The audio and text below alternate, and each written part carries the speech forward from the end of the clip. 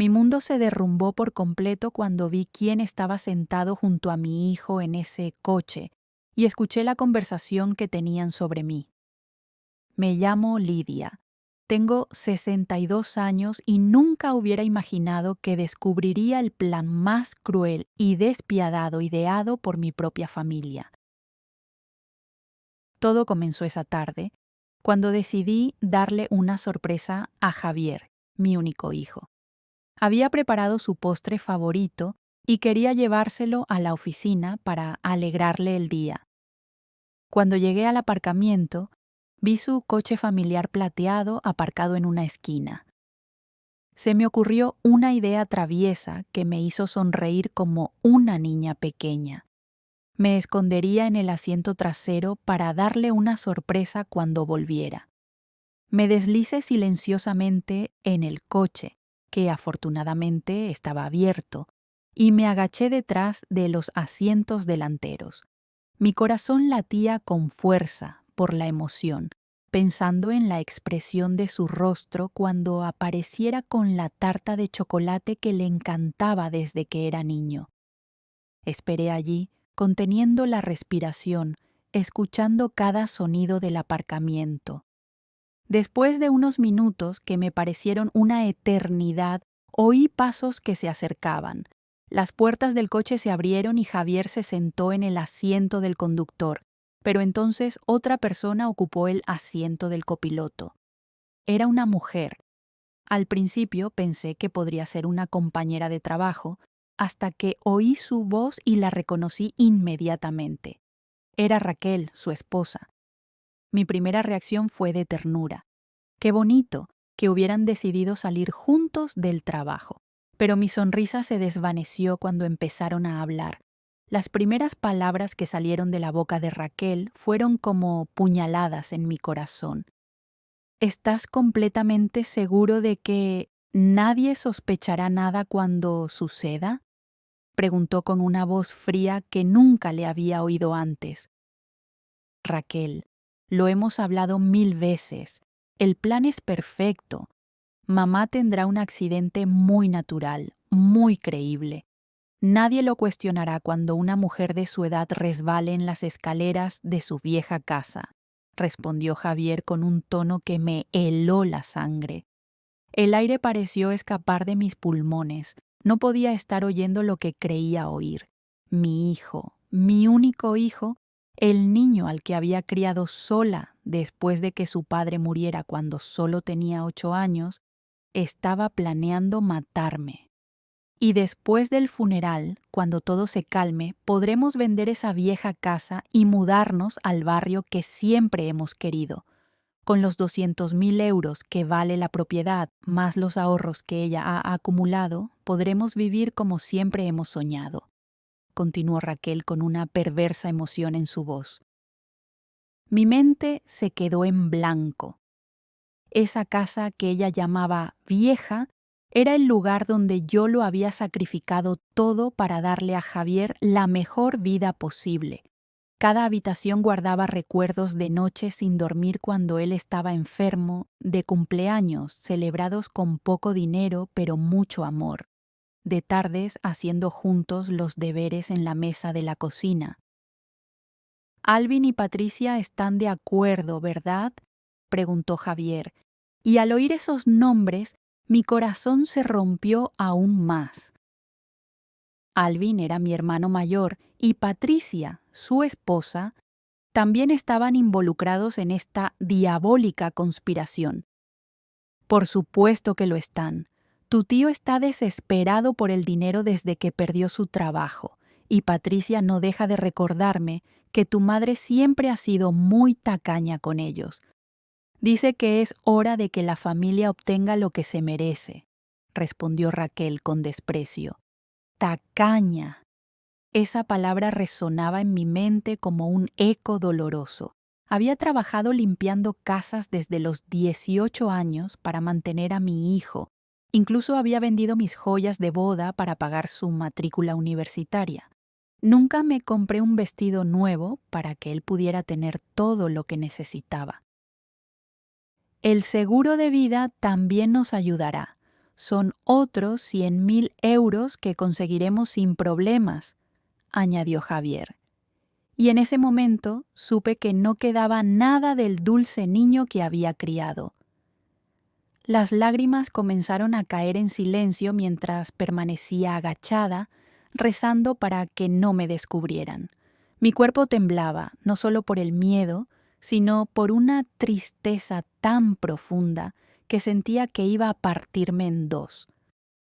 La conversación continuó durante varios minutos más, detallando cada aspecto de mi muerte planeada. Habían pensado en todo: el momento exacto, cómo hacer que pareciera accidental, incluso cómo actuarían en el funeral para parecer desconsolados. Cuando finalmente salieron del coche y se alejaron como si nada hubiera pasado, esperé otros 10 minutos antes de atreverme a moverme. Salí de ese coche convertida en una mujer completamente diferente a la que había entrado. La madre cariñosa y confiada había muerto en ese asiento trasero. Caminé hacia mi viejo coche con las piernas temblorosas, sabiendo que tenía que tomar una decisión que lo cambiaría todo para siempre. Conduje a casa en estado de shock, con los ojos nublados por las lágrimas y el corazón destrozado en 1000 pedazos. No podía creer lo que había oído. Mi propio hijo, la razón de mi existencia, quería matarme por dinero. Pero para comprender plenamente esta traición, tengo que contarles cómo llegamos a esta situación, porque mi historia con Javier comenzó hace 35 años, cuando nació en medio de la pobreza absoluta. Su padre, Roberto, murió en un accidente de construcción cuando Javier tenía solo 8 años. Nos dejó sin seguro, sin ahorros, sin nada más que una casa pequeña y muy vieja que habíamos comprado con gran sacrificio. De la noche a la mañana, me convertí en una madre soltera con un hijo que mantener y sin educación formal más allá de la secundaria. Empecé a trabajar limpiando casas a los 20 años. Me levantaba todos los días a las 5 de la mañana, preparaba el desayuno para Javier, lo llevaba al colegio y luego recorría toda la ciudad limpiando oficinas, casas, pisos, lo que fuera necesario para llevar dinero a casa. Mis manos se volvieron ásperas por los productos químicos de limpieza. Mi espalda se encorvó por llevar cubos pesados, pero nunca me quejé. Javier era un niño brillante, siempre el mejor de su clase. Sus profesores me decían constantemente que tenía un futuro brillante por delante, que tenía que asegurarme de que fuera a la universidad. Esas palabras se convirtieron en la misión de mi vida. Cada euro que ganaba lo ahorraba religiosamente para su educación. Cuando cumplió 15 años, necesitaba un ordenador para sus proyectos escolares. Todas las demás madres podían comprárselos fácilmente a sus hijos, pero para mí, eso supondría 3 meses de trabajo. Vendí mi anillo de boda, el único recuerdo valioso que tenía de Roberto, para comprarle ese ordenador. Javier nunca supo el sacrificio que hice, y nunca se lo conté porque no quería que se sintiera culpable. Durante su último año de secundaria, las universidades privadas empezaron a enviarnos información sobre sus programas de derecho. Javier había decidido que quería ser abogado y yo estaba dispuesta a hacer cualquier cosa para que ese sueño se hiciera realidad. La matrícula era de 20.000 euros al año, una fortuna para una mujer como yo. Hablé con mi hermano Alvin para pedirle ayuda. Tenía un buen trabajo en una compañía de seguros y vivía cómodamente con Patricia. Le explicó la situación. Le rogué que me prestara aunque fuera una parte del dinero, prometiéndole que se lo devolvería con intereses. Su respuesta fue cruel y directa. Lidia, no puedo arriesgar mis ahorros en los sueños imposibles de tu hijo. Debería buscar trabajo y olvidarse de esas fantasías de convertirse en un profesional. Esas palabras me dolieron profundamente, pero no me detuvieron. Conseguí un segundo trabajo limpiando una clínica veterinaria por las noches. Trabajaba desde las 5 de la mañana hasta las 11 de la noche, 7 días a la semana. Mi cuerpo estaba agotado, pero mi determinación era inquebrantable. También empecé a vender comida casera los fines de semana. Preparaba lasaña, pasteles, tartas, cualquier cosa que pudiera generar ingresos adicionales. Javier me ayudaba a veces, pero yo prefería que se centrara en sus estudios. Tu trabajo es estudiar, hijo. Déjame el resto a mí, le decía siempre. Finalmente logré ahorrar el dinero para su primer año de universidad. El día que lo acompañé a matricularse, lloré de felicidad al ver su nombre en los documentos oficiales. Mi hijo iba a ser abogado. Todo mi sacrificio había valido la pena.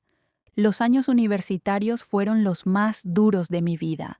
Trabajaba hasta 14 horas al día para mantenerme al día con los pagos.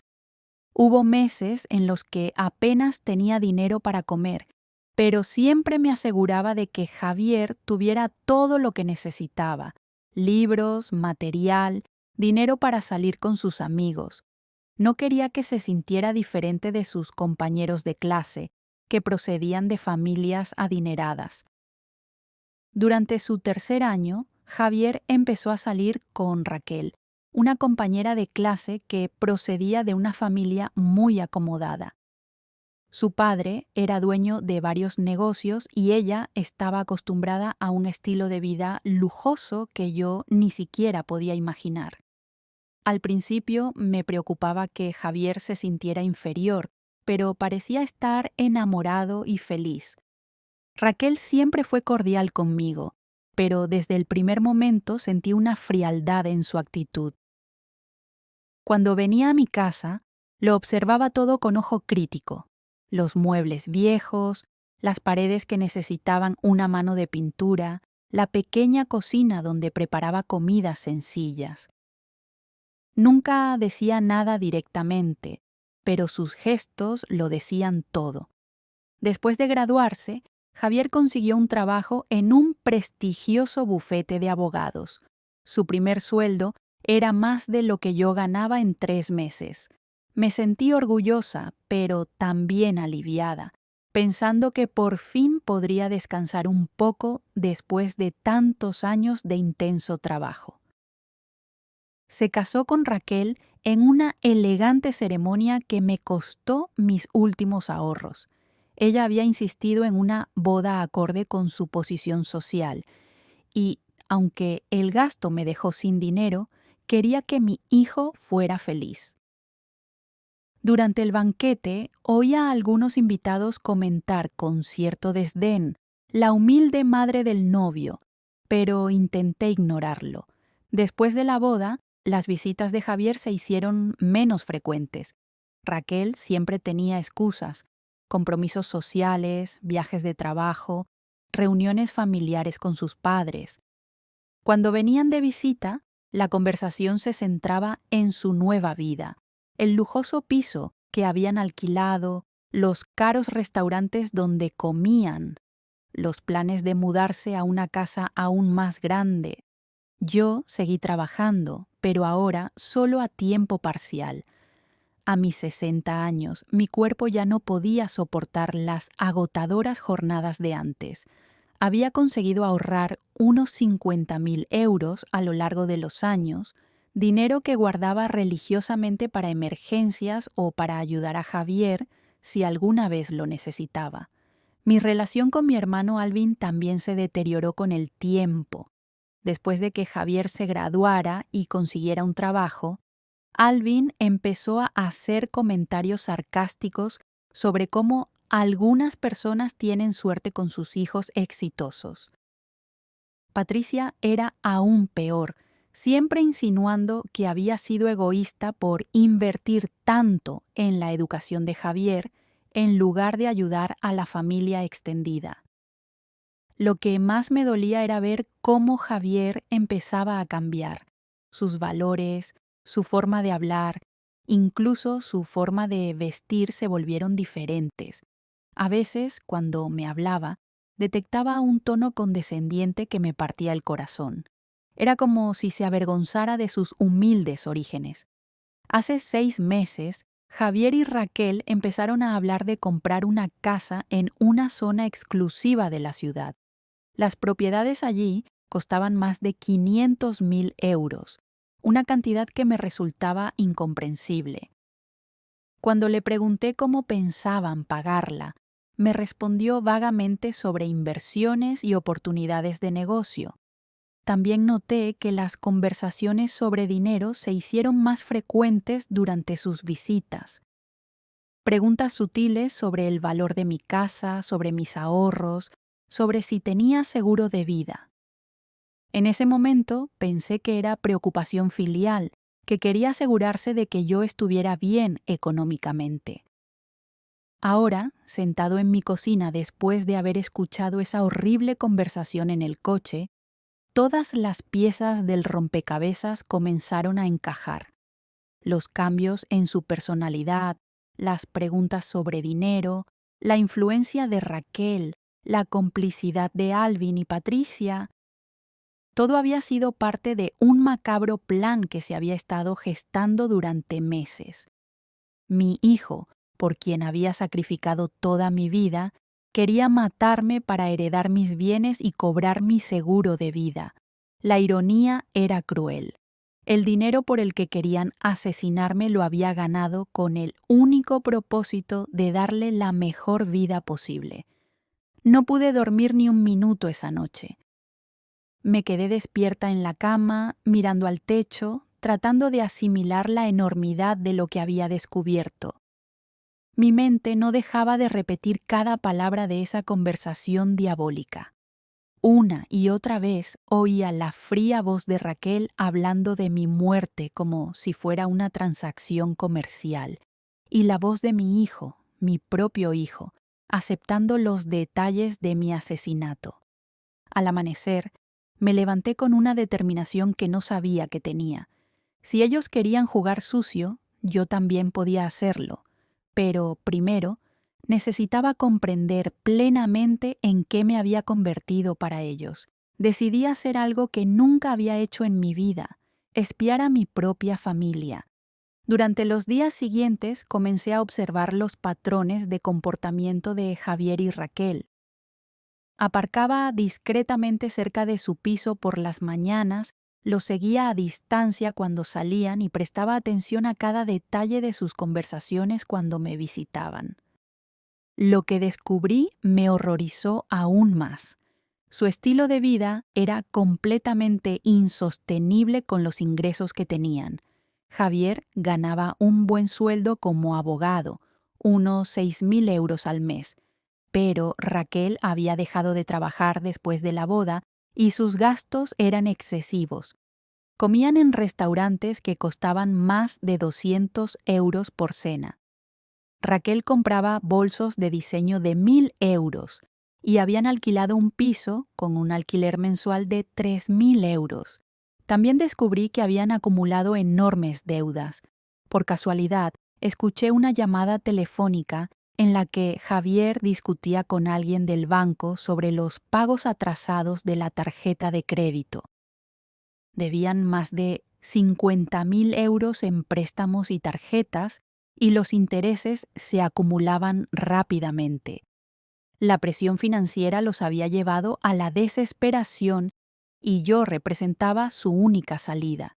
Mi casa, que ellos habían valorado en 200.000 euros, mi póliza de seguro de vida de 100.000 euros y mis ahorros de 50.000 euros sumaban exactamente la cantidad que necesitaban para salvar su situación financiera y comprar la casa de sus sueños.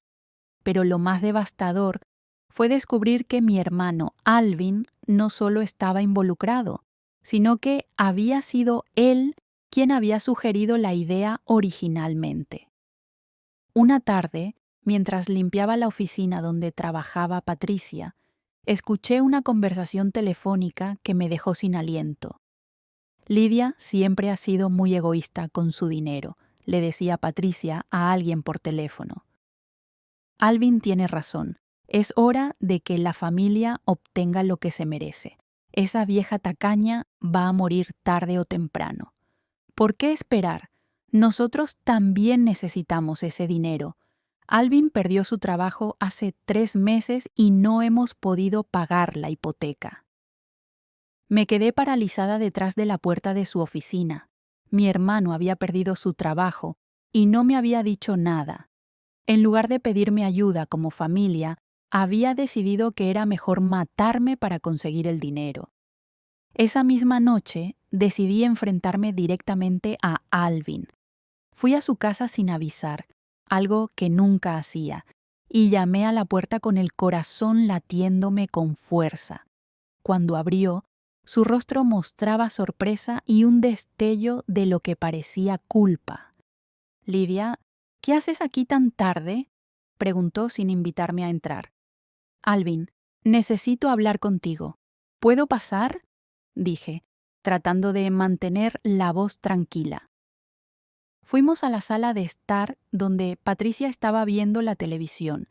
Ella me saludó fríamente, como siempre lo había hecho durante los últimos años. Me senté en el sofá y decidí ir directo al grano.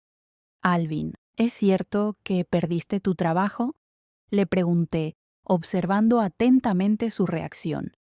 Se le enrojeció la cara y Patricia apagó inmediatamente la televisión. «¿Cómo te has enterado?», preguntó a la defensiva. «No importa cómo me haya enterado. Lo que importa es que eres mi hermano y no me has dicho nada. ¿Por qué no me has pedido ayuda?». Alvin y Patricia intercambiaron miradas que confirmaron mis peores sospechas. Había una comunicación silenciosa entre ellos, como si hubieran ensayado esta conversación. «Lidia, siempre has tenido tus propios problemas. No queríamos molestarte», respondió Patricia con una sonrisa falsa que no llegaba a sus ojos. «Patricia, soy su hermana. Si Alvin necesitara ayuda, estaría dispuesta a ayudarle. Tengo algunos ahorros». En ese momento vi algo horrible en los ojos de mi hermano. No era gratitud ni alivio, sino resentimiento. «¿Algunos ahorros?», preguntó con sarcasmo. «Lidia, todos sabemos que tienes mucho más que unos pocos ahorros. Ha estado acumulando dinero durante años, mientras el resto de la familia pasaba apuros». Sus palabras me golpearon como bofetadas. «Alvin, gané ese dinero trabajando 14 horas al día para darle una educación a mi hijo. No lo acumulé. Lo sacrifiqué todo por él». «Exacto», interrumpió Patricia con voz venenosa. «Todo por Javier. Nunca pensaste en ayudar a tu propio hermano. Cuando necesitó dinero para la universidad, le dijiste que no, pero para tu pequeño príncipe, Javier, siempre había dinero». La conversación se estaba volviendo agresiva y podía sentir cómo crecía la hostilidad en la habitación. Era como si años de resentimiento acumulado estuvieran saliendo a la superficie. «No lo entiendes», intenté explicar. «Quería que Javier tuviera las oportunidades que nosotros nunca tuvimos. Quería romper el ciclo de pobreza de nuestra familia». «¿Y qué hay de romper el ciclo de favoritismo?», gritó Alvin, poniéndose de pie. «¿Qué hay de pensar en tu hermano que también necesita ayuda?». «Siempre ha sido así, Lidia. Desde que éramos niños, tú eras la favorita de mamá y papá.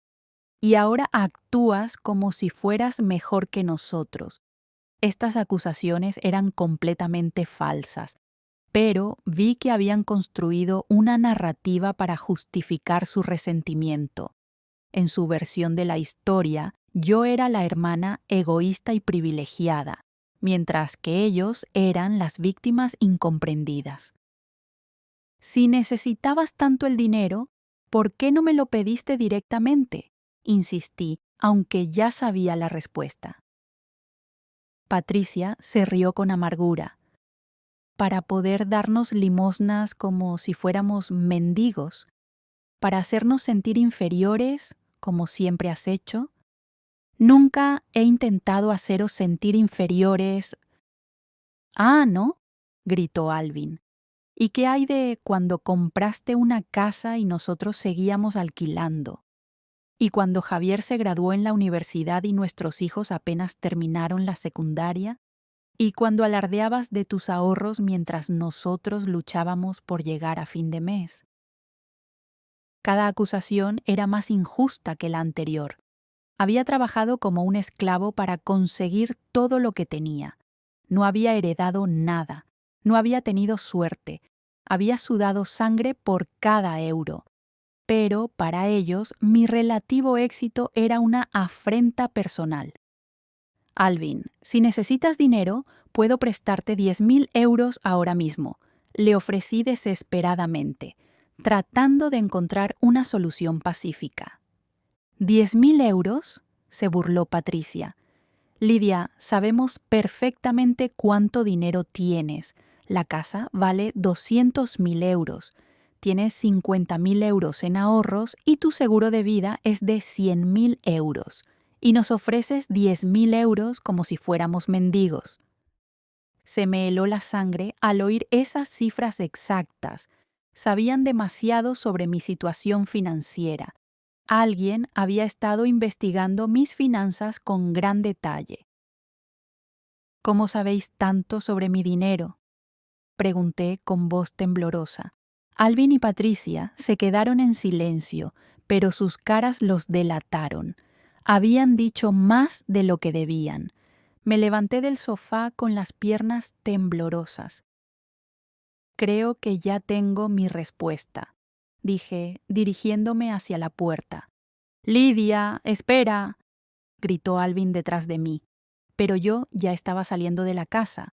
Esa noche confirmé lo que ya sabía. Mi propia familia me veía como un obstáculo entre ellos y el dinero que creían merecer. No eran solo Javier y Raquel.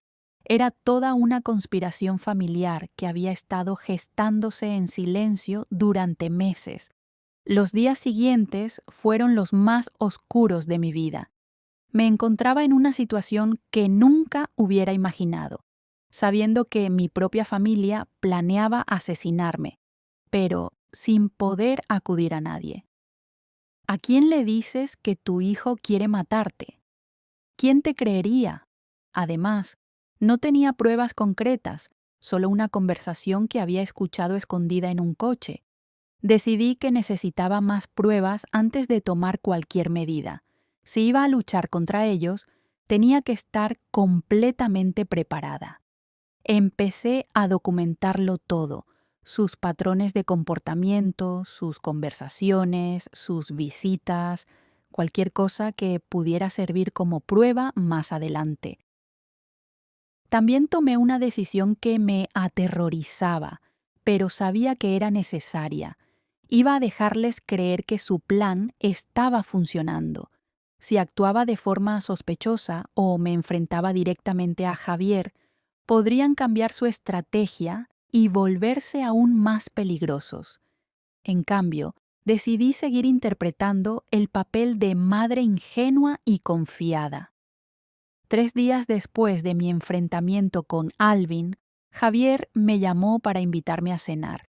Su voz sonaba especialmente cariñosa por teléfono, lo que me puso la piel de gallina sabiendo lo que realmente pensaba de mí. Mamá, Raquel y yo queremos llevarte a ese restaurante italiano que tanto te gusta, dijo con tono dulce. Hace tiempo que no pasamos tiempo juntos en familia. El restaurante al que se refería era uno al que solo habíamos ido una vez, hacía más de un año, y no me había gustado especialmente, pero fingí entusiasmo. ¡Qué detalle, hijo! Me encanta la idea. Perfecto, te recogeremos el viernes a las 7. Y mamá, ponte tu vestido verde favorito. Queremos que estés guapa. Esa referencia específica a mi ropa me pareció extraña, pero acepté sin hacer preguntas. Después de colgar, me pregunté por qué habría mencionado ese vestido en particular.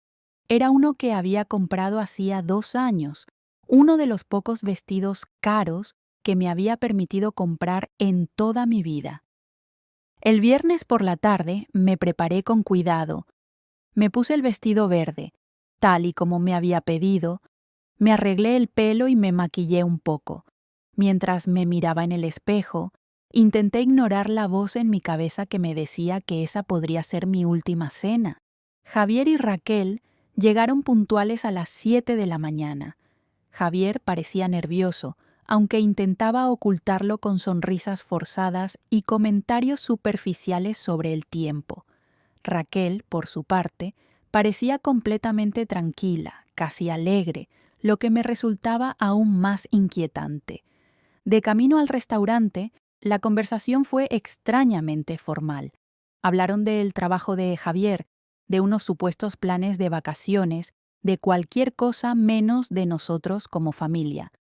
Respondí automáticamente, pero mi mente estaba completamente concentrada en observar cada detalle de su comportamiento.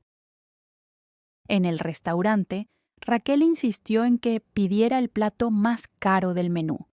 Lidia, esta noche pagamos nosotros. Pide lo que quieras sin preocuparte por el precio, dijo con una sonrisa que no llegaba a sus ojos. Durante la cena, empezaron a hacerme preguntas aparentemente casuales sobre mi salud. ¿Cómo me había sentido últimamente? ¿Había tenido mareos, problemas para subir escaleras? ¿Había actualizado mi seguro médico recientemente? Mamá, nos preocupa que vivas sola en esa casa tan grande, dijo Javier con tono preocupado. Las escaleras son empinadas. ¿Y si te caes? Oh, hijo, no te preocupes.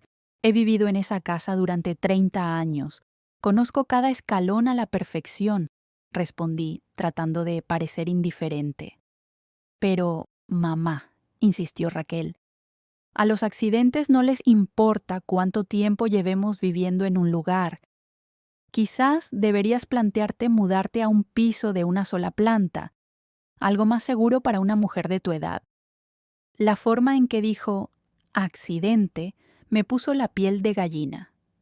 Era como si estuviera probando la palabra, viendo cómo sonaba en voz alta. Y mamá, continuó Javier, ¿has pensado en hacer testamento? Sé que es incómodo hablar de estas cosas, pero es importante tener todo en orden. Ahí estaba, la verdadera razón de esta cena. Querían asegurarse de que el testamento estuviera actualizado antes de matarme. Bueno, tengo un testamento básico que hice hace unos años. Mentí parcialmente. Os lo dejo todo a vosotros, por supuesto. Vi a Javier y Raquel intercambiar una rápida mirada de satisfacción. Fue una mirada que duró apenas un segundo, pero fue suficiente para confirmar todas mis sospechas. Eso está bien, mamá, pero tal vez deberías revisarlo con un abogado. Las leyes cambian y queremos asegurarnos de que tus deseos se cumplan exactamente como tú quieres, dijo Javier en tono profesional. De hecho, añadió Raquel, Javier podría ayudarte con eso. Como es abogado, podría asegurarse de que todo esté perfecto. La ironía era macabra. Mi hijo, que planeaba matarme, quería ser quien redactara el testamento que le beneficiaría después de mi muerte. Después de la cena, insistieron en llevarme de vuelta a casa. Durante el trayecto, la conversación se volvió aún más siniestra. Empezaron a hablar de lo que pasaría en diferentes situaciones hipotéticas. Mamá, si te pasara algo, dijo Javier con voz aparentemente preocupada, ¿hay algo específico que querrías que hiciéramos con tus pertenencias personales? ¿Por qué habláis de cosas tan tristes? Pregunté, fingiendo enfado. Tengo pensado vivir muchos años más. Por supuesto, mamá, dijo Raquel rápidamente. Solo queremos estar preparados por si acaso. Es lo responsable. Cuando llegamos a mi casa, ocurrió algo extraño. En lugar de despedirse en la puerta como siempre hacían, insistieron en acompañarme dentro. «Déjanos ayudarte con las escaleras, mamá. Está oscuro y podrías tropezar», dijo Javier, cogiéndome del brazo. Mientras subíamos las escaleras hacia mi puerta, sentí sus miradas evaluando cada escalón, cada barandilla, cada punto posible donde pudiera ocurrir un accidente. Era como si estuvieran haciendo un reconocimiento de la escena del crimen. Una vez dentro, Raquel empezó a recorrer la casa como si la estuviera inspeccionando. «Lidia, deberías mejorar la iluminación de estas escaleras. Son muy peligrosas en la oscuridad». «Y mamá», añadió Javier, «esta alfombra en lo alto de las escaleras está un poco suelta. Podrías tropezar fácilmente con ella». Cada comentario era otra puñalada más profunda en mi corazón.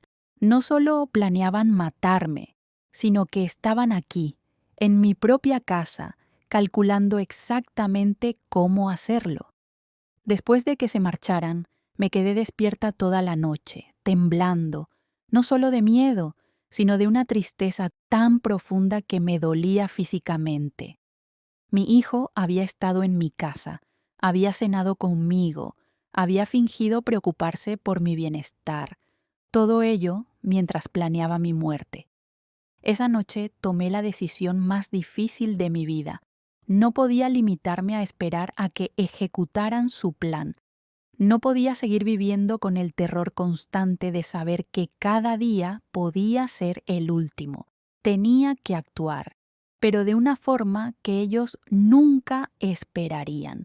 Si querían que tuviera un accidente, eso era exactamente lo que iban a conseguir, pero sería un accidente que yo controlaría por completo. Empecé a planear mi propia muerte falsa. Planear mi propia muerte fue la experiencia más surrealista y aterradora de mi vida. Durante días enteros me quedé despierta pensando en cada detalle, cada posible fallo, todas las formas en que mi plan podía salir mal. Pero sabía que era la única manera de desenmascarar a mi familia y salvar mi propia vida. Primero necesitaba ayuda, y solo había una persona en el mundo en la que confiaba plenamente: mi vecina Beatriz. Tenía 70 años, había sido enfermera toda su vida y éramos buenas amigas desde hacía más de 20 años. Si alguien podía ayudarme con este plan imposible, era ella. Una mañana, después de asegurarme de que nadie me observaba, fui a su casa con el corazón latiéndome con fuerza. Cuando abrió la puerta, se dio cuenta inmediatamente de mi estado de agitación. «Lidia, ¿qué te pasa? Tienes muy mal aspecto», dijo, invitándome a entrar. Nos sentamos en su cocina, donde habíamos tomado café cientos de veces a lo largo de los años, pero esta conversación sería diferente a todas las demás. «Beatriz, lo que voy a contarte te va a parecer una locura, pero necesito que me escuches con atención», comencé con voz temblorosa. Le conté todo, desde la conversación que había escuchado en el coche hasta la siniestra cena, desde la confrontación con mi hermano hasta las extrañas visitas a mi casa. Beatrice me escuchó en silencio, pero vi cómo su expresión pasaba de la sorpresa al horror y finalmente a la indignación. «Dios mío, Lidia, esto es monstruoso», dijo finalmente, tomándome las manos entre las suyas. «Beatriz, necesito tu ayuda. Tengo un plan, pero no puedo hacerlo sola». Le expliqué mi idea. Iba a fingir mi propia muerte de una manera tan convincente que incluso los paramédicos creerían que había muerto. Beatriz, con su experiencia médica, podría ayudarme a simular los signos vitales de una persona fallecida durante el tiempo suficiente para que me declararan muerta y comenzaran los procedimientos. «Lidia, ¿Te das cuenta de lo peligroso que es esto? Si algo sale mal, si no lo hago, la interrumpí. Voy a morir de verdad. Ya lo tienen todo planeado. Es solo cuestión de tiempo. Beatriz cerró los ojos y se puso a pensar intensamente. Necesitaríamos medicamentos específicos. Tendríamos que calcular las dosis exactas y el momento tendría que ser perfecto. Entonces, ¿me ayudarás? Me miró fijamente durante varios segundos que me parecieron horas. Sí, dijo finalmente, pero lo haremos de la forma más segura posible. Durante los días siguientes, Beatriz y yo trabajamos en los detalles del plan. Ella había mantenido contactos en el hospital donde había trabajado durante décadas y pudo obtener discretamente los medicamentos que necesitábamos. También identificamos al técnico de emergencias médicas que respondería a la llamada, un joven llamado Rubén, que acababa de graduarse y no tendría suficiente experiencia para detectar una simulación sofisticada. El plan era complejo, pero factible. Yo tomaría una combinación específica de medicamentos que reducirían mis signos vitales a niveles casi imperceptibles.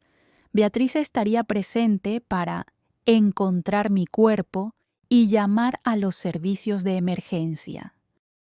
Cuando llegaran los paramédicos, ella ayudaría a guiar la evaluación de manera que se confirmara mi muerte sin que investigaran demasiado. Después de que me declararan muerta, mi cuerpo sería trasladado al depósito de cadáveres del hospital, donde un amigo de Beatriz, un patólogo llamado Dr. Jones, había accedido a ayudarnos sin hacer preguntas.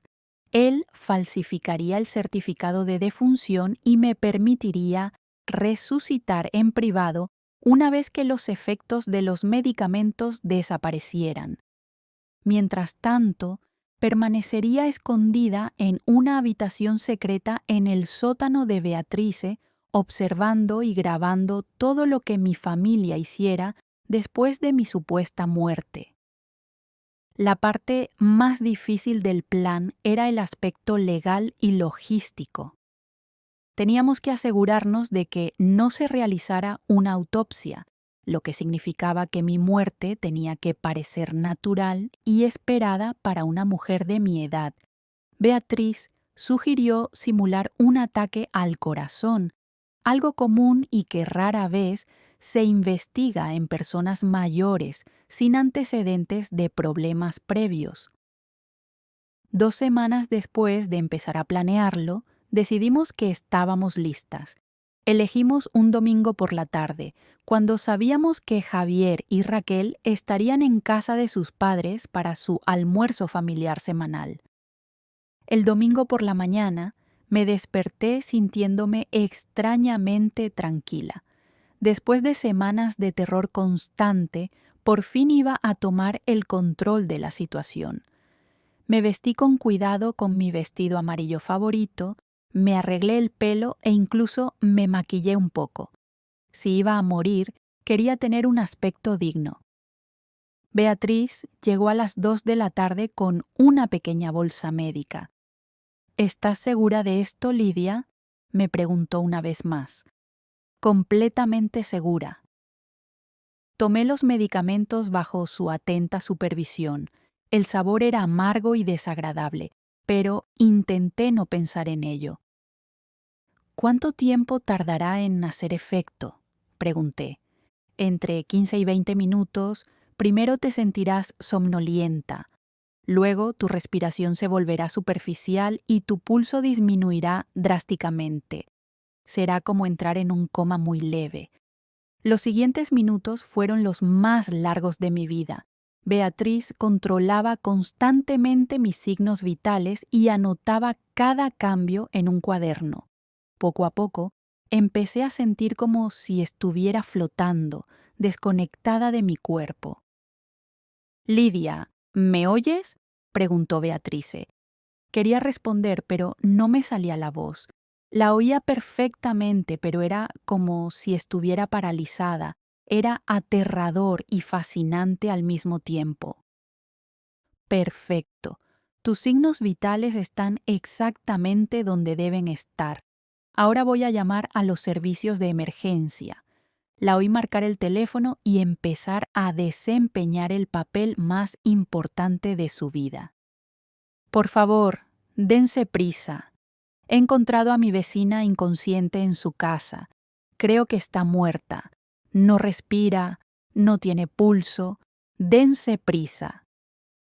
Mientras esperábamos a que llegaran los paramédicos, Beatriz me colocó con cuidado en el suelo de mi salón, colocando mi cuerpo en una posición natural para alguien que había sufrido un colapso por un ataque al corazón. Todo va a salir bien, Lidia, me susurró al oído. En unas horas, esto habrá terminado y tendremos todas las pruebas que necesitamos. Oí acercarse las sirenas y mi corazón habría empezado a latir con fuerza si hubiera podido controlarlo. Era el momento de la verdad. Si algo salía mal con la actuación de Beatriz, si los paramédicos tenían más experiencia de la que esperábamos, si se nos había pasado por alto algún detalle, todo el plan se vendría abajo. Los paramédicos entraron en mi casa con su equipo médico y desde mi estado semiconsciente pude oír fragmentos de su evaluación. Mujer de 62 años, no responde, no detecto pulso, la respiración es imperceptible. ¿Cuánto tiempo lleva así? La encontré hace unos minutos, respondió Beatriz con voz entrecortada que sonaba genuinamente angustiada. Vine a visitarla y la puerta estaba abierta. La encontré así en el suelo. Tras varios minutos de evaluación, escuché las palabras que había estado esperando y temiendo al mismo tiempo. Lo siento, señora. Su amiga ha fallecido. Probablemente fue un ataque al corazón. A esta edad ocurre muy rápidamente. Oficialmente, Lidia había muerto. Ahora comenzaba la parte más difícil del plan: observar cómo reaccionaría mi familia ante la noticia de mi muerte. Me desperté en el sótano de la casa de Beatrice, completamente desorientada y con la boca tan seca como el desierto. Los efectos de los medicamentos estaban desapareciendo gradualmente, pero mi cuerpo se sentía pesado y extraño. Beatriz estaba sentada a mi lado, supervisando mi recuperación con la misma dedicación profesional que había mostrado durante toda mi muerte. ¿Cómo te sientes?, me preguntó, ayudándome a sentarme lentamente. Como si estuviera realmente muerta, respondí con voz ronca. Funcionó a la perfección. Te declararon oficialmente muerta. El certificado de defunción ya está firmado. Oficialmente, Lidia Monroe murió ayer a las 3:45 de la tarde de un repentino ataque al corazón. La realidad de lo que habíamos hecho me golpeó de lleno. Ya no existía legalmente. Era un fantasma, libre para observar cómo reaccionaría mi familia sin que supieran que los estaba observando. ¿Llamaste a Javier?, pregunté, aunque la pregunta me dolía físicamente. Sí, lo llamé anoche, después de que te llevaran al hospital. Su reacción fue inquietante. Beatriz me mostró el teléfono donde había grabado la conversación. Con manos temblorosas volví a reproducir el audio. Javier, soy Beatriz, la vecina de tu madre. Tengo una noticia muy triste. Tu madre falleció esta tarde. Hubo un silencio que duró varios segundos. Cuando finalmente habló, su voz no sonaba sorprendida ni devastada. Sonaba aliviada. «Dios mío, ¿qué pasó?», preguntó, pero había algo forzado en su tono de conmoción. Fue un ataque al corazón. La encontré en su casa. El paramédico dijo que fue muy rápido, que no sufrió. Ya veo. Gracias por llamarme, Beatrice. Raquel y yo iremos al hospital inmediatamente para ocuparnos de todo. Javier, lo siento mucho. Sé lo mucho que querías a tu madre. Sí, es una pérdida terrible, pero mi madre había tenido algunos problemas de salud últimamente. Supongo que había llegado su hora. Esa mentira sobre mis supuestos problemas de salud me atravesó como una daga. Estaba construyendo una narrativa para justificar mi muerte antes de que alguien hiciera preguntas incómodas. Después de escuchar la grabación, no pude contener las lágrimas.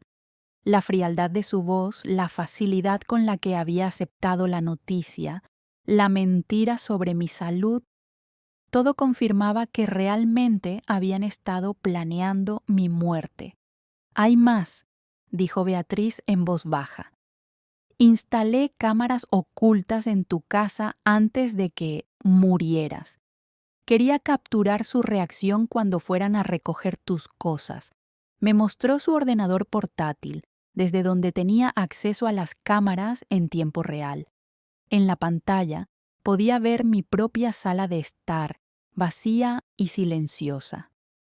Era extraño ver mi casa desde esta perspectiva, sabiendo que técnicamente ya no era mi hogar. ¿Cuándo crees que vendrán?, pregunté. ¿Probablemente hoy? La gente no suele esperar mucho para revisar las pertenencias de los fallecidos, especialmente cuando hay dinero de por medio. No tuvimos que esperar mucho. Alrededor del mediodía, oímos el sonido de unas llaves en la cerradura de mi casa. Javier, Raquel, Alvin y Patricia entraron juntos como un equipo bien coordinado. Lo que vi a continuación me destrozó el alma. No hubo lágrimas, ni duelo, ni siquiera una pausa respetuosa al entrar en la casa donde había vivido durante 30 años. Inmediatamente comenzaron a evaluar mis pertenencias como si fueran tasadores en una subasta. Bueno, por fin, dijo Patricia, con evidente alivio en su voz. No creía que este día fuera a llegar nunca. Patricia, por favor, dijo Javier, pero su tono era más de precaución que de reproche genuino. Acabamos de perder a mi madre. Oh, Javier, no me vengas ahora con sentimentalismos. Todos sabemos que esto era necesario, dijo Raquel con una frialdad que me heló la sangre. Tu madre vivió su vida, ahora podemos vivir la nuestra. Alvin ya estaba revisando los armarios de la cocina, buscando documentos importantes. ¿Dónde crees que guardaba los documentos del banco? Necesitamos encontrar la información de sus cuentas de ahorro. Busca en el escritorio de su dormitorio, sugirió Javier. Siempre era muy organizada con esos papeles. Los vi dispersarse por mi casa como buitres, tocando mis pertenencias, evaluando su valor, planeando cómo se repartirían mi herencia. Era como ver cómo mi vida era destrozada por personas que se suponía que me querían. Raquel encontró mi joyero y comenzó a examinar cada pieza. Esta cadena de oro puede que valga algo, y estos pendientes, aunque sean viejos, pueden tener algún valor sentimental para alguien. El valor sentimental no va a pagar la hipoteca, dijo Patricia con sarcasmo.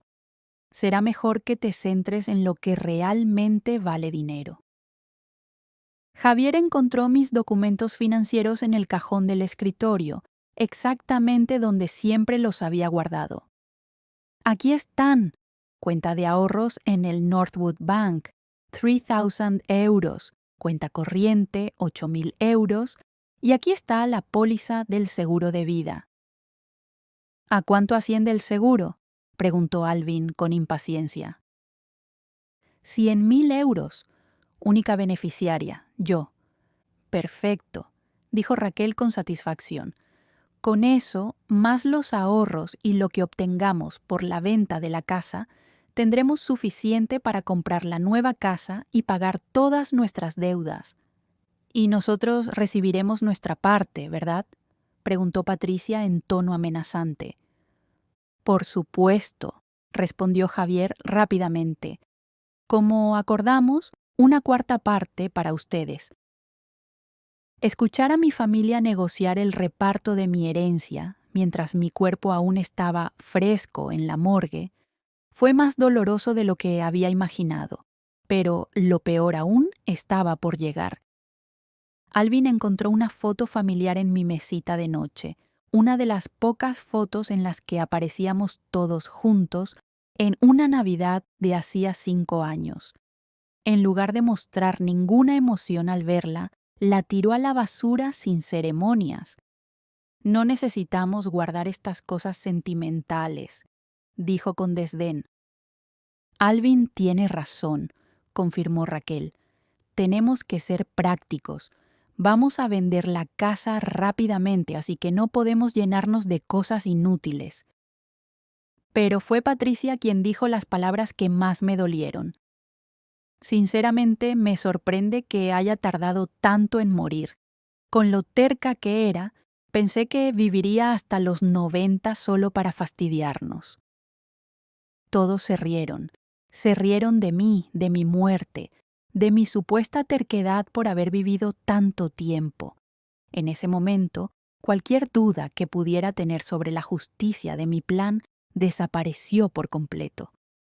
Javier sacó su teléfono y empezó a hacer llamadas. ¿Agencia inmobiliaria Morrison? Soy Javier Ruiz. Necesito que vengan a tasar una casa para una venta rápida. Sí, es urgente. El propietario falleció ayer. Queremos ponerla en el mercado esta semana. Ni siquiera habían planeado un funeral digno. Cuando Raquel preguntó por los preparativos del funeral, Javier respondió: una simple cremación, sin velatorio, sin ceremonia, es más barato y más rápido. ¿Y si la gente pregunta por qué no hubo velatorio?, preguntó Alvin. Les diremos que fue su último deseo, que quería algo sencillo y privado, respondió Javier sin dudar. Me estaban robando incluso mi dignidad en la muerte. Mis pocos amigos no tendrían oportunidad de despedirse. No se reconocería mi vida de sacrificios. No habría nada más que una cremación anónima y rápida. Pasaron 3 horas en mi casa, catalogando todos los objetos de valor, planificando la venta, distribuyendo mis pertenencias como si fueran botín de guerra. Cuando finalmente se marcharon, mi hogar había sido completamente violado. Esa noche, mientras veía las grabaciones una y otra vez, tomé mi decisión final. No bastaba con desenmascarar su plan de asesinato. Tenía que hacerles pagar por cada palabra cruel, por cada momento de frialdad, por cada pedazo de mi vida que habían destruido con su codicia. Beatrice, dije con determinación, necesito que me ayudes con la segunda parte del plan. ¿Qué tienes en mente?, preguntó, aunque por su expresión pude ver que ya sabía que sería algo dramático. Voy a resucitar de entre los muertos en el momento más humillante posible para todos ellos, y cuando lo haga, me aseguraré de que todo el mundo sepa exactamente qué tipo de personas son en realidad. Mi familia creía que había ganado la lotería con mi muerte. No tenían ni idea de que la verdadera lotería acababa de empezar y que habían apostado por el número equivocado. Los días siguientes fueron una montaña rusa emocional que me llevó de la ira más profunda a una determinación férrea que no sabía que poseía. Desde mi escondite en el sótano de Beatriz, seguí observando cada movimiento de mi familia a través de las cámaras ocultas, documentando cada conversación cruel, cada decisión despiadada que tomaban sobre mi supuesta herencia. Beatriz había instalado cámaras más discretas en lugares estratégicos, la oficina de Javier, la casa de Alvin, incluso en el coche de Raquel. Su experiencia como enfermera le había enseñado a ser extremadamente meticulosa, y esa meticulosidad se había trasladado perfectamente a nuestra operación de espionaje. Lidia, tienes que ver esto, me dijo Beatrice la mañana del tercer día, señalando la pantalla de su ordenador portátil. Javier está en su oficina hablando con alguien por teléfono. En la grabación, podía ver a mi hijo sentado en su escritorio hablando con una sonrisa que me revolvió el estómago. Sí, señor Davis, entiendo que es un proceso rápido para el seguro de vida cuando la muerte se debe a causas naturales. Exactamente, un ataque al corazón. No, no hubo autopsia.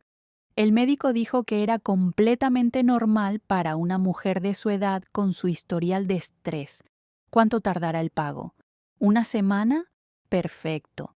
Lo que más me impactó fue su tono completamente indiferente. No había rastro de dolor, ni siquiera la incomodidad que cabría esperar de alguien que acababa de perder a su madre. Sonaba como un hombre de negocios cerrando un trato rutinario. Después de colgar, marcó inmediatamente otro número. Raquel, soy yo. Buenas noticias. El seguro se tramitará esta semana. 100.000 euros limpios. Sí, ya he llamado a la inmobiliaria. Mañana vendrán a tasar la casa. ¿Qué? No, no he tenido tiempo de pensar en sentimientos. Tenemos que ser prácticos. Esa última frase me rompió el corazón. Su madre había muerto hacía solo 3 días y él no tenía tiempo para sentimientos. Pero lo que realmente me preparó para la fase final de mi plan fue una conversación que capturamos esa misma tarde entre Raquel y Patricia en una cafetería del centro de la ciudad. ¿Sabes qué es lo mejor de todo esto?, dijo Raquel, sorbiendo su café con leche. Que por fin nos hemos librado de esa carga. Javier siempre se sentía culpable por no visitarla más, por no darle más dinero. Ahora puede vivir su vida sin esa presión constante. Oh, sí, respondió Patricia con entusiasmo. Y lo mejor es que nadie sospechará nada. Fue el plan perfecto de Alvin, una anciana de 60 años que muere de un ataque al corazón. ¿Quién va a cuestionar eso? Exacto. Y ahora todos ganamos. Tú y Javier podéis comprar la casa de vuestros sueños. Alvin puede pagar sus deudas y yo por fin puedo dejar de fingir que me caía bien esa vieja amargada. Oír a Raquel llamarme vieja amargada, después de años de tratarla como a una hija, fue la gota que colmó el vaso. En ese momento, cualquier atisbo de amor maternal o familiar que pudiera haber quedado en mi corazón se evaporó por completo. Beatriz, le dije esa noche, tienes contactos en los medios de comunicación, ¿verdad? Algunos. ¿Por qué? Porque quiero que mi resurrección sea pública. No quiero que se enteren en privado y tengan tiempo para poner excusas o manipular la situación. Quiero que todo el mundo vea exactamente quiénes son. Beatriz sonrió por primera vez desde que había comenzado esta pesadilla. Tengo una amiga que trabaja en Regional Television News, María Elena Vargas, la reportera de investigación. Le encantan este tipo de historias. Perfecto. ¿Cuándo podemos reunirnos con ella? Al día siguiente, María Elena fue a la casa de Beatrice por la noche después de asegurarse de que nadie la había seguido. Era una mujer de unos 40 años con ojos inteligentes y esa energía que caracteriza a los buenos periodistas. Señora Monroe, dijo después de que le explicáramos toda la situación, esto es absolutamente increíble. Si tiene las pruebas que dice tener, esta podría ser la historia del año. Le mostramos las grabaciones de vídeo y audio que habíamos recopilado durante los últimos días. La vi tomar notas frenéticamente mientras escuchaba las conversaciones de mi familia, y su expresión cambió de escepticismo profesional a indignación genuina. Esto es monstruoso. murmuró después de ver la grabación en la que Patricia sugería que llevaban años esperando mi muerte. ¿Y planeaban celebrar una reunión para dividir oficialmente la herencia? Sí, respondí. Javier me dijo una vez que, cuando le pasara algo a algún miembro de la familia, celebraríamos una reunión formal para leer el testamento y distribuir los bienes. Dijo que era lo más civilizado. ¿Cuándo crees que será esa reunión? Probablemente el próximo sábado. Es cuando toda la familia suele estar disponible. María Elena cerró su cuaderno y me miró directamente a los ojos. Señora Monroe, si hacemos esto no habrá vuelta atrás. Una vez que se emita, su vida y la de su familia cambiarán para siempre. Ya cambiaron para siempre el día que decidieron matarme por dinero, respondí sin dudar. Ahora quiero que todo el mundo sepa qué tipo de personas son realmente. Durante los días siguientes, María Elena y su equipo lo prepararon todo para lo que denominaron la resurrección más dramática de la historia de la televisión local. Instalaron cámaras adicionales en mi casa. Coordinaron con el departamento de policía para que hubiera agentes preparados para arrestar a mi familia por conspiración e incluso contactaron con un juez para que estuviera presente durante la revelación. El plan era sencillo, pero devastador. Mi familia se reuniría en mi casa el sábado por la tarde para la lectura oficial del testamento. Mientras discutían cómo dividir mi herencia, yo aparecería en la puerta principal, acompañado por las cámaras de televisión, la policía y todas las pruebas de su conspiración. El viernes por la noche, Javier llamó a todos los miembros de la familia para confirmar la reunión. Mañana a las 3 de la tarde en casa de mamá, les dijo a cada uno. Traed vuestro documento de identidad porque el abogado tendrá que verificar quiénes son los herederos legales. Esa mentira sobre el abogado me enfureció. No había ningún abogado, simplemente se habían inventado esa excusa para que la reunión pareciera más oficial y legal. Esa noche apenas pude dormir, pero no fue por los nervios, fue por la expectación. Después de días de dolor, traición y humillación, por fin iba a obtener justicia, pero más que justicia, iba a obtener algo aún más satisfactorio, la verdad completa al descubierto para que todo el mundo la viera. El sábado por la mañana me preparé con cuidado, me puse el vestido rojo que había comprado para la boda de Javier. Me maquillé como si fuera una ocasión especial y me peiné impecablemente. Si iba a resucitar de entre los muertos, quería estar absolutamente radiante. ¿Estás lista para esto?, me preguntó Beatriz mientras comprobaba el equipo de grabación por última vez. Estoy lista desde el momento en que escuché a mi hijo planear mi muerte, respondí con una calma que me sorprendió. Hoy descubrirán que Lydia Monroe no es tan fácil de matar. María Elena llegó con su equipo de cámaras a las 2 de la tarde. Las cámaras ocultas muestran que ya están llegando a tu casa, me informó. Tu hermano y tu cuñada acaban de llegar. Tu hijo y tu nuera están aparcando ahora.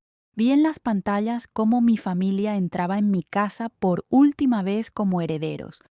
No sabían que en una hora sus vidas se convertirían en una pesadilla pública de la que nunca se recuperarían.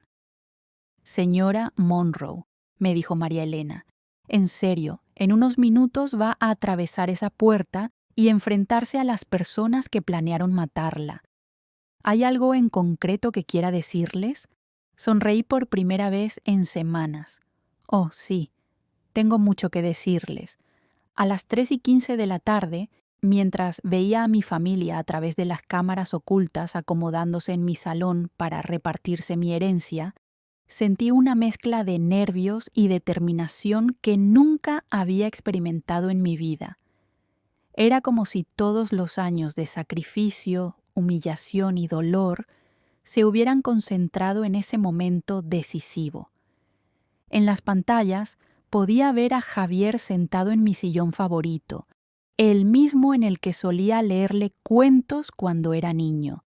Tenía una carpeta con documentos legales en las manos y una expresión de satisfacción que me revolvió el estómago. Raquel estaba a su lado con un vestido nuevo que probablemente había costado más dinero del que yo gastaba en ropa en todo un año. Alvin y Patricia ocupaban el sofá y podía ver la codicia en sus ojos mientras esperaban a escuchar las cifras exactas de mi herencia. Patricia incluso había traído un cuaderno en el que anotaba números como si se tratara de una reunión de negocios. Bueno, comenzó Javier con un tono solemne pero falso. Estamos aquí para discutir la distribución de los bienes de mi madre. Como todos saben, ella me nombró único heredero en su testamento. Pero como familia, hemos acordado hacer una distribución más equitativa, añadió Raquel con una sonrisa que no llegaba a sus ojos. María Elena me tocó el hombro. Es el momento perfecto, señora Monroe. Están hablando exactamente de lo que esperábamos. Respiré hondo y caminé hacia la puerta de mi propia casa, acompañada por 2 operadores de cámara, un técnico de sonido, 2 agentes de policía y el reportero más tenaz. Mi corazón latía tan fuerte que pensé que todo el vecindario podría oírlo. ¿Está grabando?, le pregunté al operador de cámara principal. Sí, señora, estamos en directo. Esas palabras me dieron el empujón final de valor que necesitaba. Miles de personas estaban a punto de presenciar la justicia más poética de sus vidas. Metí la llave en la cerradura y la giré lentamente. El sonido metálico resonó en toda la casa e inmediatamente oí que las conversaciones en la sala de estar se detenían. ¿Has oído eso?, preguntó Patricia con voz nerviosa. Debe de ser el viento, respondió Alvin, pero su voz sonaba inquieta. Abrí la puerta y entré directamente en la sala de estar, donde mi familia estaba sentada, discutiendo cómo gastar el dinero de mi muerte. Las cámaras de televisión me siguieron, capturando cada segundo de lo que estaba a punto de convertirse en el momento más dramático de sus vidas. Cuando aparecí en la puerta de la sala de estar, el silencio que siguió fue absoluto y aterrador. Raquel fue la primera en verme. Se quedó completamente pálida y soltó un grito que probablemente resonó en todo el barrio. «¡Dios mío, no puede ser!». Javier se levantó del sillón tan rápido que tiró todos los documentos al suelo. Tenía los ojos tan abiertos que pensé que se le iban a salir de las órbitas. «Mamá, pero tú estás muerta». Patricia empezó a llorar histéricamente, no de alegría por verme viva, sino claramente de terror. «Es un fantasma, es un fantasma. Lidia murió. Todos vimos el certificado de defunción». Alvin permaneció completamente inmóvil, como si se hubiera convertido en piedra. Tenía la boca abierta, pero no emitía ningún sonido. «Hola, querida familia», dije con la voz más tranquila que pude. «Espero no interrumpir nada importante». María Elena entró detrás de mí con sus cámaras. «Buenas tardes, soy María Elena Vargas de Regional Television News y estamos retransmitiendo en directo lo que podría ser la noticia más impactante del año». «¿Qué está pasando aquí?», gritó Javier, recuperando por fin la capacidad de hablar, aunque su voz sonaba completamente histérica. «¿Qué pasa, mi querido hijo?», respondí caminando lentamente hacia el centro de la habitación. «Que he vuelto de entre los muertos para escuchar personalmente cómo planeabais dividir mi herencia. Pero Pero el hospital, el certificado de defunción, te incineraron, balbuceó Raquel visiblemente temblorosa. Ah, sí, la cremación. Sonreí con satisfacción. Qué interesante que menciones eso, Raquel, sobre todo teniendo en cuenta que decidiste la cremación sin velatorio porque era más barato y más rápido. ¿No es así? Las cámaras captaron perfectamente la mirada de horror en su rostro cuando se dio cuenta de que yo sabía exactamente lo que habían dicho. Señora Monroe, intervino María Elena, ¿podría explicar a nuestra audiencia qué la llevó a fingir su propia muerte? Me volví hacia las cámaras, consciente de que miles de personas estaban viendo este enfrentamiento en tiempo real. Me vi obligada a fingir mi muerte al descubrir que mi propia familia había planeado asesinarme para quedarse con mi herencia. ¡Eso es mentira!, gritó Javier, pero su voz sonaba más desesperada que indignada. ¿Una mentira?, pregunté con calma. ¿Te refieres a mentiras como esta? Saqué mi teléfono y reproduje la grabación de la conversación que había escuchado en su coche.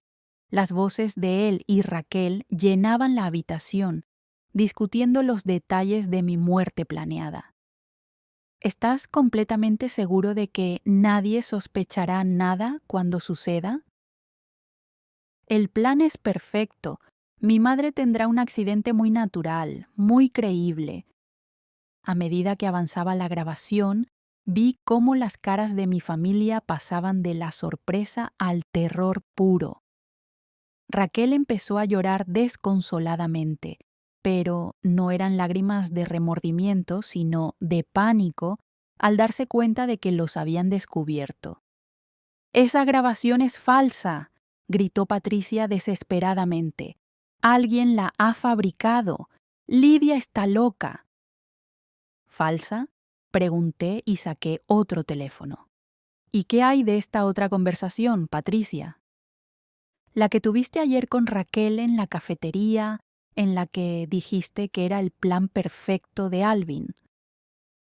Reproduje la segunda grabación, en la que Patricia hablaba abiertamente de cómo llevaban años esperando mi muerte y de cómo nadie sospecharía nada. Alvin finalmente habló con voz temblorosa. «Lidia, esto es un terrible malentendido. Nunca haríamos algo así». «¿Un malentendido?», me reí con amargura. «También es un malentendido que ayer estuvieran todos aquí, en mi casa, repartiéndose mis pertenencias como buitres. Es un malentendido que Javier ya hubiera llamado a la compañía de seguros para cobrar mi póliza de vida».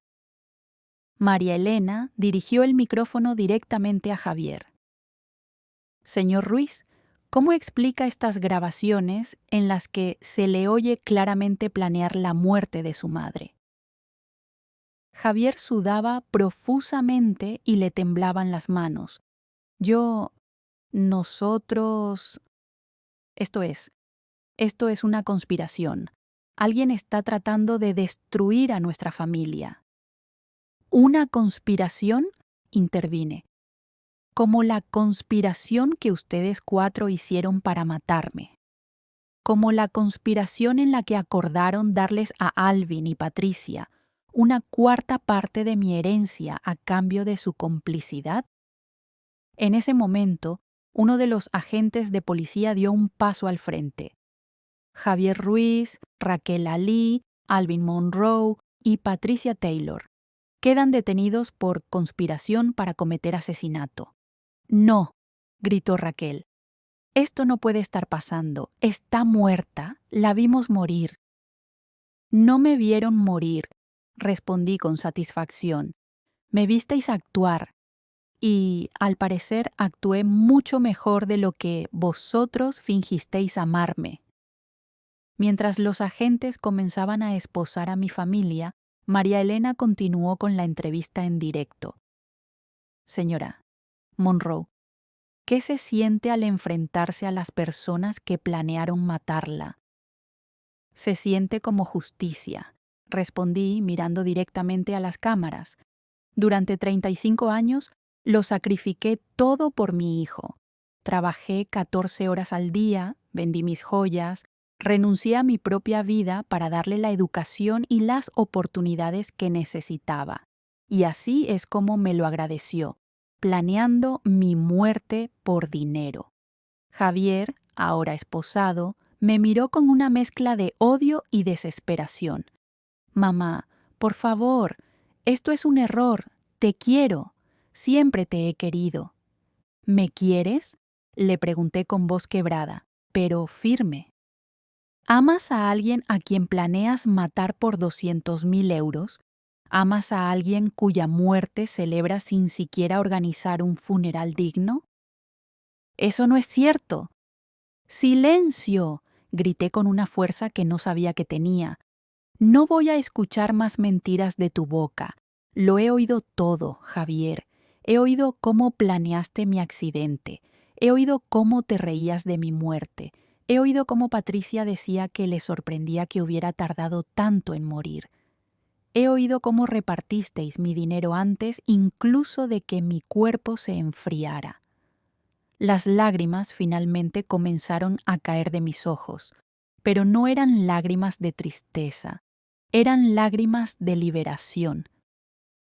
María Elena, dije, volviéndome hacia el periodista, quiero que toda la ciudad sepa que la familia no siempre es aquella con la que compartes lazos sanguíneos.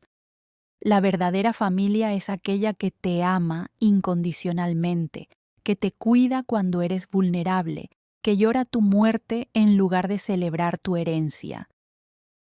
Mientras los agentes se llevaban a mi hijo, mi nuera, mi hermano y mi cuñada, Javier me gritó desde la puerta: «Esto no ha terminado, mamá. Lucharemos en los tribunales».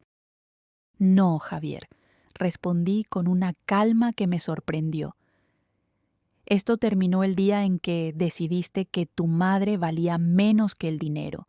Ahora vas a afrontar las consecuencias de tus actos. Cuando la casa finalmente quedó en silencio, María Elena cerró la entrevista en directo. Esta ha sido una de las historias más extraordinarias que he cubierto en mis 20 años de periodismo. Una madre que fingió su muerte para desenmascarar a la familia que planeaba matarla. Desde aquí, María Elena Vargas, Noticias Regionales de Televisión. Me hundí en mi sillón favorito, el mismo en el que Javier había estado sentado planeando mi herencia apenas una hora antes. Por primera vez en semanas me sentí verdaderamente en paz. Beatrice entró y se sentó a mi lado. ¿Cómo te sientes? Como si finalmente hubiera despertado de la peor pesadilla de mi vida, respondí. Y como si la verdadera Lydia Monroe acabara de regresar de entre los muertos. Los meses que siguieron a mi resurrección fueron como vivir en un mundo completamente nuevo. La historia se volvió viral en cuestión de horas, y no solo a nivel local. Los medios de comunicación de toda Europa cubrieron lo que los periodistas llamaron la venganza familiar más perfecta de la historia moderna. Mi teléfono no dejaba de sonar. Los productores de televisión querían hacer documentales. Los escritores querían los derechos del libro. E incluso una productora cinematográfica se puso en contacto conmigo para hacer una película. Pero lo más importante para mí era que, por fin, después de décadas de sacrificio silencioso, todo el mundo conocía mi historia. Las redes sociales explotaron con mensajes de apoyo. Miles de mujeres compartieron sus propias historias de sacrificio maternal, de familias desagradecidas, de hijos que las habían abandonado después de recibir todo de ellas. Sin quererlo, me convertí en la voz de todas las madres que lo habían dado todo por sus familias solo para ser traicionadas al final.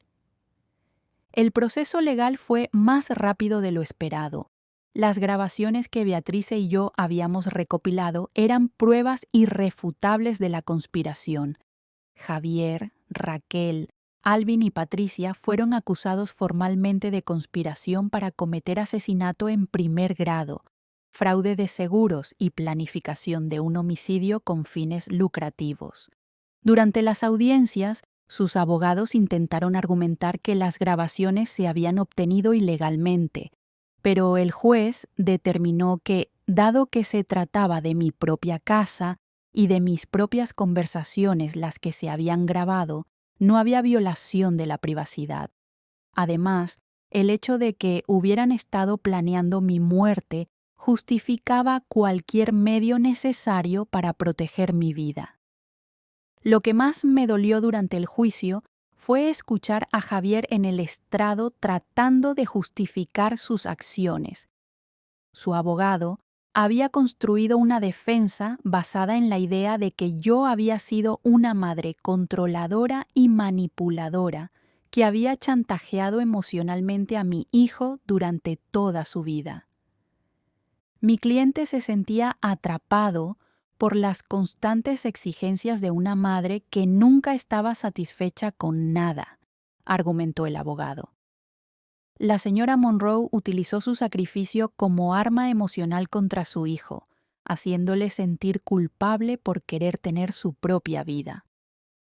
Escuchar esas mentiras en la sala del tribunal me rompió el corazón una vez más. Habían convertido mi amor incondicional y mis sacrificios en algo tóxico y manipulador.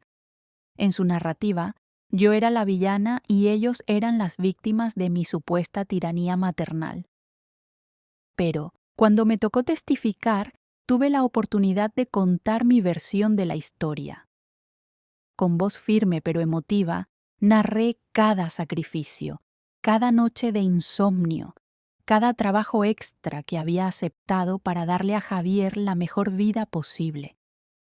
Describí cómo había vendido mi anillo de bodas para comprarle su primer ordenador, cómo había trabajado 14 horas al día para pagarle la universidad, cómo había renunciado a mi propia felicidad para garantizar la suya.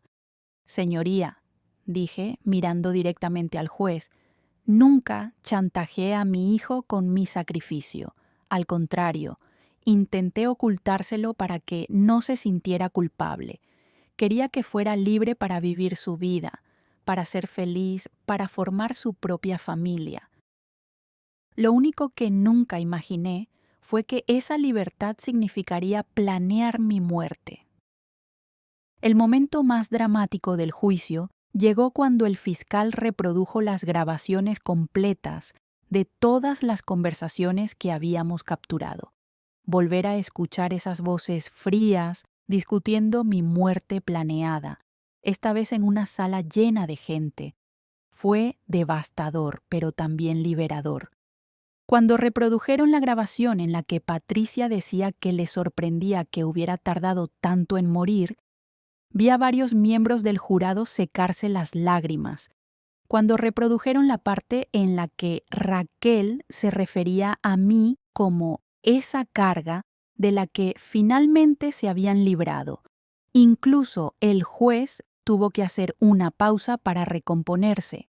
Javier rompió a llorar durante esa parte del juicio, pero no estoy seguro de si eran lágrimas de arrepentimiento genuino o simplemente de terror por las consecuencias a las que se enfrentaba. El veredicto llegó tras solo 3 horas de deliberación del jurado, culpables de todos los cargos. Javier fue condenado a 20 años de prisión. Raquel recibió 15 años, Alvin 12 años y Patricia 10 años, por ser considerada la menos activa en la planificación, pero una cómplice esencial en la conspiración. Cuando el juez leyó las sentencias, ninguno de ellos me miró. Mantuvieron la cabeza gacha, enfrentándose por fin a la realidad de que sus acciones habían tenido consecuencias reales y devastadoras. Después del juicio, Me acerqué a Javier por última vez antes de que se lo llevaran. Hijo mío, le dije en voz baja, quiero que sepas que, a pesar de todo lo que has hecho, todavía hay una parte de mí que recuerda al niño dulce que solías ser. Me miró con los ojos llenos de lágrimas. Mamá, lo siento mucho. No sé en qué me he convertido. Te has convertido en alguien que valora más el dinero que la vida de su madre, le respondí con tristeza. Pero quizá estos años en prisión te den tiempo para recordar quién eras antes de que la codicia te consumiera. Esas fueron las últimas palabras que intercambiamos. Los meses siguientes los dediqué a reconstruir mi vida por completo. Vendí la casa en la que había vivido durante 30 años. Tenía demasiados recuerdos dolorosos y no podía seguir viviendo en el lugar donde mi familia había planeado mi muerte.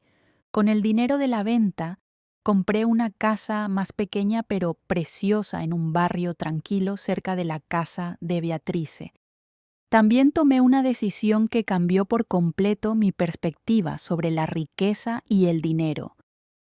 Doné la mayor parte de mis ahorros a una fundación que ayuda a madres solteras a financiar la educación universitaria de sus hijos.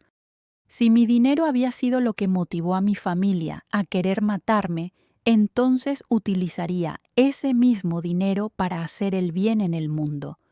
Con los ingresos de los derechos de mi historia, creé un fondo de becas que lleva mi nombre.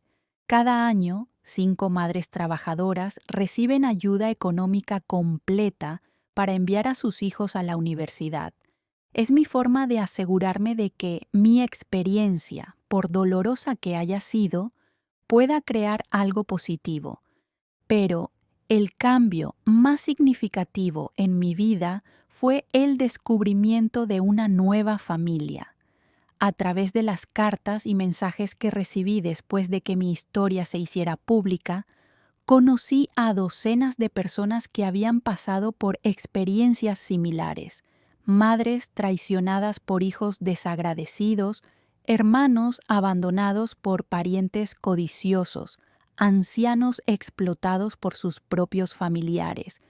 Formamos una especie de familia elegida, un grupo de apoyo que se reunía regularmente para compartir historias, celebrar logros y recordarnos mutuamente que el amor verdadero existe incluso cuando no proviene de donde esperábamos. Una de esas personas se convirtió en alguien especialmente importante para mí: Gabriel, una mujer de 58 años cuya hija la había abandonado en una residencia de ancianos después de quedarse con todos sus ahorros. Gabriel y yo desarrollamos una amistad tan profunda que se convirtió en la hermana que siempre había deseado tener. ¿Sabes qué es lo más irónico de todo esto?, me dijo Gabriel una tarde mientras tomábamos café en mi nueva cocina. Nuestras familias biológicas nos traicionaron por dinero, pero encontramos familias mucho mejores sin que el dinero tuviera nada que ver. Tenía razón. Mi nueva vida estaba llena de personas que me querían por lo que era, no por lo que tenía. Personas que celebraban mis logros sin calcular cómo podían beneficiarse de ellos.